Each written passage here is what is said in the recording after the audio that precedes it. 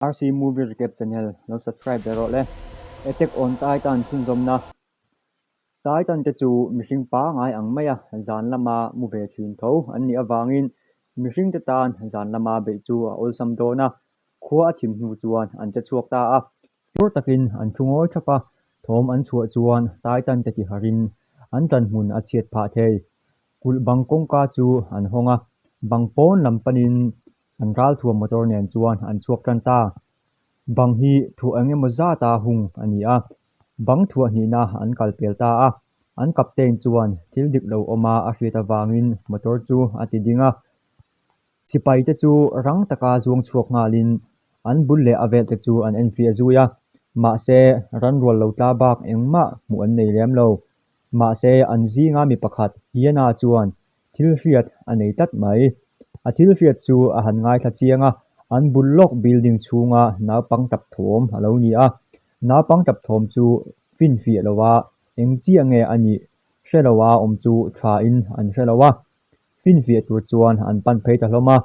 hiana chu rang takin building chunga chuan atan luta aron chuan anunga zui ngalin eng po lo thleng se pui thei nga turin a in ring hle an han lut thui dawa aron chuan naupang tap chu a hraveta a ngai thak chian deuh tuma an han ding chu thil hnang tak rim tui lo tak hiana chu alo fara an phu hle aron le hiana chu rang taka dak chho ngalin an thil hmu chuan a thawng hle Titan naute hian mihring alo eya aru alo khel mek alo ni a Titan naupang chu alo zuang thlathuta aron ate po chulai hmun atanga rang taka in thir hlim tumin an tlan chuak ve ngal building chunga tanga thom lo chuak chuan pon lama sipai te chu a thawng thuta an phili buai man hle ma se an kapten chuan thlamuanin chi ai lo turin a vuya ani lo chuan Titan te tan an omna hriat a ol sam dawn ani a soi zo man chau ti a chuan an zinga pakhat chu Titan in lo man chotin ala zuya a thi chu ani zui ta der mai chuti mek lai chuan aron te po an pol te bula kaltum chuan an lo tlan phei ve meka an hnung lama ma Titan chuan alo bok an commander Cubo chuan lo om alo thleng ti hria in an himzok na turin rang takin sipai ho chu motor manga in thiar hlim bat turin ati a aron le motora chuang velo midang te chu tlan san an ni awangin du thlang thei an ni lo sipai la chang bang te chuan an sa him nan building lam chu tlanin an pan phei nga la an thlen hma chuan Titan lian le three by om z an hma loading hlola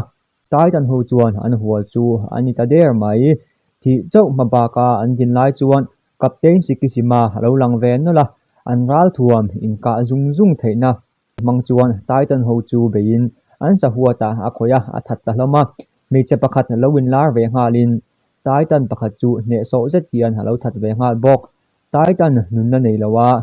tu chor hnunga chuan halo zuang thla a tunge ani ti han hriat theina halo hoile ta mikasa nge mai kha alo ni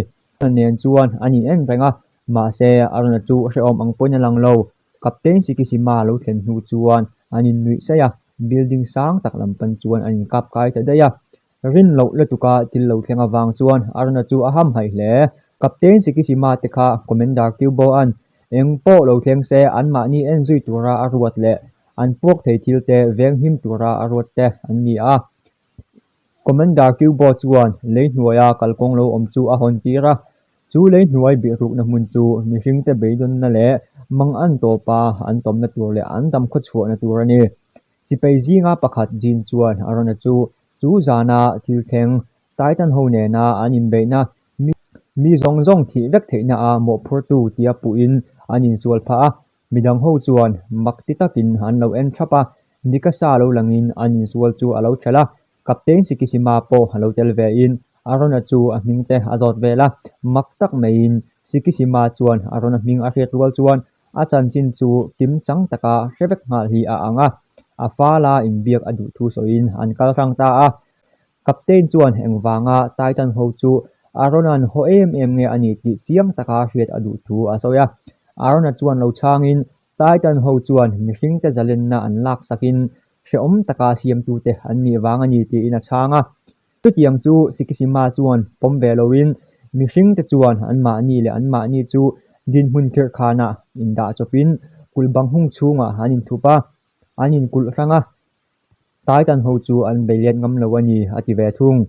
kapten sikisima chuan arona chu minhep takle ran rual zinga tla om tok lek ani ati a arona chu a thin rim hle kapten chuan ni so in arona chu a hlau na te chu da tha a taitan ho chu na chon to jok tura huai sen na nei ngam turin ati a ama zalen na chu ama vekin a sual chuak turani ati bok chumi hnu loka building hui pakhata hian arona chuan dikasai piano chialo tumlai chu a hmu a chutia nungdama a hmule thei mai chu lom omati thu a hil ma se dikasain chutiang chuan angai ve o zong lo khaminia anaw te chan him tum kha taitan ho khan an ei tak dei thu asoya akor hak lai chu him chowin anaka taitan ho se na serlian tak chu a hmu a khovel hi anun rong ani atia kapten sikisima po lo om ve rengin anin biak na a chuan halowin rola ti chuan arona ma a chuan anin mangai na chu tilangin anin dot ta vela arona chuan nikasai chu tun ma a mangai thin kha ani to lo ti a hria pona chuan chuakin a thin rim na le aril runat te chu ring taka awin atilang chuak ta a hiana lo langin arona chu alo hnema chu mechia chu theihmil to jok mai tura ti in anin kulna building lam apan puya aril runat na chu hnem atumani an omve reng lai chuan an pi loka chuan in ngai zong hi an lo in duat mol mol boka hiana chuan nu thol ani thu le a panu dam nan sipeya a than thu asoya an chung ko a chuan arona chu telve tura ti in arona chu in duat puya soma tutia borok nuam chhovial dona alan lai tak chuan building bangko atang chuan taitan hian alo en kur maya voile khata bangchu ti chethutin hiana chu ase tadaya arna chuan hlau takle ti ngai na selo takin a thlir zu ta rang ringota bon nama chuan taitan tam tak an lo langa sipai ho te po chu an omna atang chuan taitan ho lo dang bet tur chuan han chuak ve nga la kapten sikisima chu in kap kai zung zungin taitan ho chu ne so takin an sahua ta tak khoin a that mi hi a mikasa po in a thei top chua taitan ho tha pa chuan an teammate chu lo san him pa a sipai tam tak te ro chu taitan ho be dana ton hiat an la nei lo wagin an thi pha ve bok commander kyu bolo langin an ral thuam puak thei an da khom na chu veng him turin halo ti hloma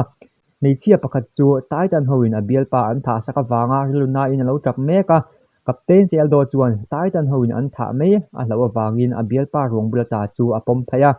chuti a pom phei lai chuan taitan ho zong zong chu a tha chimi vek tur thu soin thin nim takin a lo aw ve a a hnu loka an man ruwa pok thei thil tam tak an phuna motor chu tu emo hian ruk atum ti kapten himin a hmu meu chuan an motor chu a tan chuak to a an motor ruk botuma an khal phei mek chu nichin maya meichia a bial pa thi awanga tap khan a uma chu taka chuan zuang lutin a khal tu pa chu a tlo phaya truck chu taitan te lampana khal phein a bial pa an tha saka wanga taitan ho chu tha chimi vek tumin a suta a a thil phurtanen chuan na takin an puaka taitan ho po chu thil puaka wang chuan an thal pheng phunga ma se rei po a rial ma in taitan ho te chu an lo tho le a mihring te chu manin an ei chun zom le nga mi mai chu tiang borok kara chuan arana chuan in chungkil khata jin lo bi ru chu a hmu a jin hiana chuan bi ru lawa midang te ang boka taitan ho chu bei ve turin ati a chu pa chu lo dingin ani ve mai chu michak lo tak ani a engma ati thelo tuin a chang arona chuan kapten sikisima ina buaina an to ma loka a hnena a thil soite chu a hra chuak juta voile kata tlan tukin taitan ho chu apana thinrim taka au chuakin taitan om chuna piang te chu tha vek tumin ain kap ve ta zung zunga ma se chu man ruwa chu ala man ve ngai lo wangin a che chelek leka kapten sikisima chuan lo mu in arona huai sen na chu tha ati hle a beipui tur chuan a in kap chuak ve ta nga la arona taitan pakhat tha le atum mek lai chuan a che sual pala in chunga ta thla in ake ati hiam ta a jin chu in chunga hian halo tanga taitan ho chuan an hual bet to a thian te sipai ho chuan an lo mu a army na chuan chan chu dan tur rema ruat vata ti chuan taitan ho chu an aw peng ta a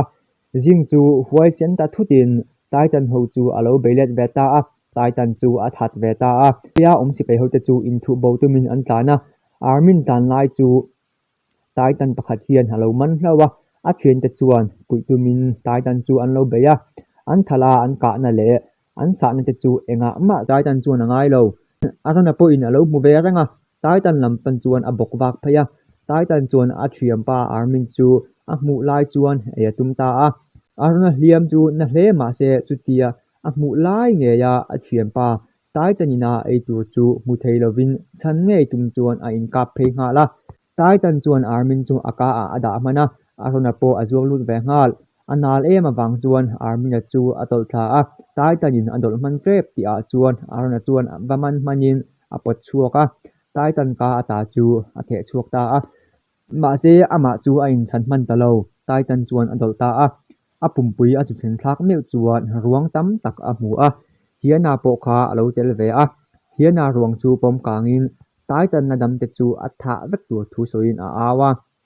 pon lama nadam om chhun ho te chu an lo biru a mikasai chuan alo uap lama arona chu thito a an nga ya mikasai chuan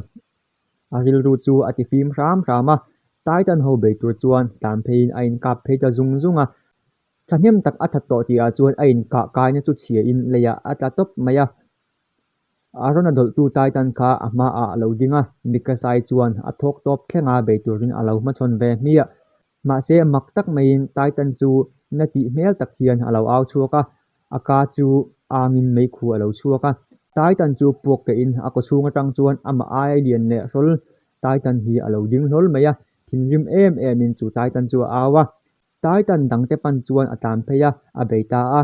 tiang thil chu an vai khat mun ani awangin mak an ti hle a mikasai chuan chu tai tan tet phungvel chu a hriat nu ang ati em a arona ani ngai an ring vek ta hloma tai tan ho a tha vek nu chuan in chunga si pe ho te chu alo le hoya beitum chuan alo pan phei ta a si pe ho hlau chu an tlan se sup supa mikasai ro ading reng thung a omna alo thlen chuan mikasai chu amana boruaka a choi ka nga ti lai chuan mikasai chuan aron tia kowin amita tak a ena tai tan chu mak tak mei chuan a khutuai chuaya atuta a an til thapa mikasai lokalin tai tan hmong chu a chok moka a hrok atang chuan arona chu a phor chuak ta a midang zong chuan makti in an en thapa ma se captain sikisima thung chuan makti na pakhat ma nei loin epul ei pa hian alo thlir reng thunga ole khati zong kha tun tum video chu ni pot se video le peka tani mule chau do nia in zawa in mang tha dek ule